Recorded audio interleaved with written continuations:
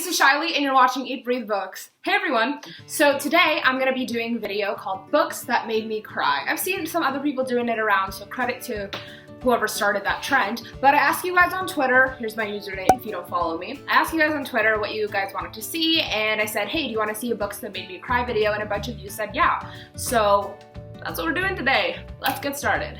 The first book that I'm talking about should come as no shocker if you know anything about me at all, or if you stalk me on Twitter, and that is one of my favorite books, which is All the Bright Places by Jennifer Niven. Jennifer Niven has such a beautiful talent. She really knows how to craft and weave a story, and this book is basically about a girl who learns how to live from a boy who intends to die. That's kind of the tagline that goes with this book.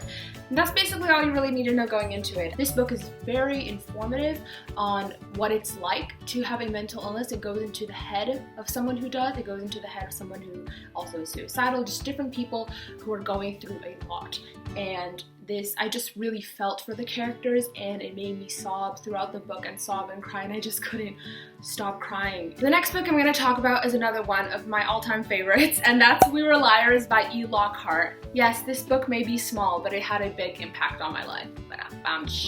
Literally though. I'm not going to tell you anything about what this is. Read it. The audiobook is fantastic, by the way.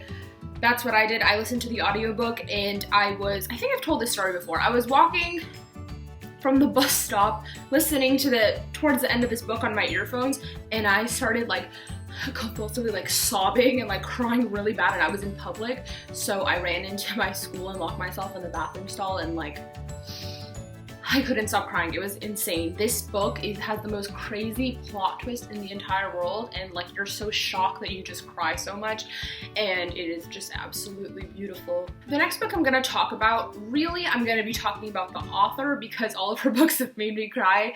Yeah, if you can't guess, it's Queen Colleen Hoover. But the book I'm going to talk about is Confess, and that is because this book, in the prologue, the first 14 pages managed to make me cry. I barely read anything about these characters. It was only 14 pages, but I felt like I knew them my whole life. That is the power of Colleen Hoover's writing. This book in specific is about a girl who ends up working for an artist, and it's really about them discovering themselves, and they have a lot of personal drama and a lot of things they have to work out. And he's keeping a secret, and he has to confess. And it's really, really fantastic. But yeah, my point was just that Colleen Hoover has this way of making me cry, even in the beginning of a book. That is how powerful her writing is. The next book I'm going to talk about is something I also recently talked about on my channel, and a bunch of people actually replied to me and said that they want to read it now. And that book is Love Letters to the Dead by Ava DeLera.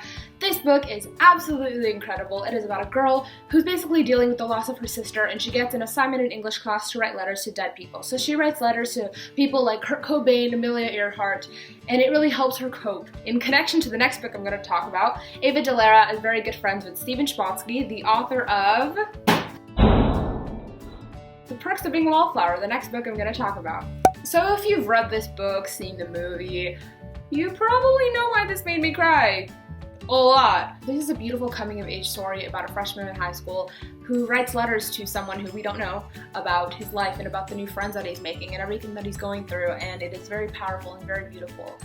So this book and Love Letters to the Dead both made me cry quite a lot, and while people argue that there are similarities, it makes sense because Stephen Chbosky was Ava DeLera's mentor, but the books very much do stand apart from each other and are both really beautiful. The next book that made me cry deserves absolutely way more recognition than it gets, and that is Love You, Hate You, Miss You by Elizabeth Scott. I discovered Elizabeth Scott some years back, but this one is very, very, very powerful. It is about a girl who is a teenager, and she gets put in rehab for binge drinking. So she's not exactly an alcoholic, but she's a binge drinker.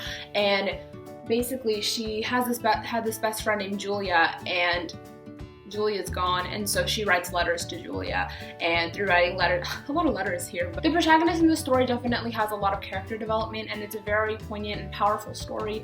Obviously dealing with something like that is very difficult, and just her journey that she goes through after getting out of rehab is so powerful, and yeah, it made me cry so much. The next book I'm going to talk about, like Colleen Hoover, is actually an author that books and movies always made me cry, and that is Nicholas Sparks. But I think the book by him that made me cry the most, I don't don't know, is the last song. I remember sobbing about this for hours. I read this within a day or two, some years back, and I absolutely loved it. You probably know what it's about. If not, here goes.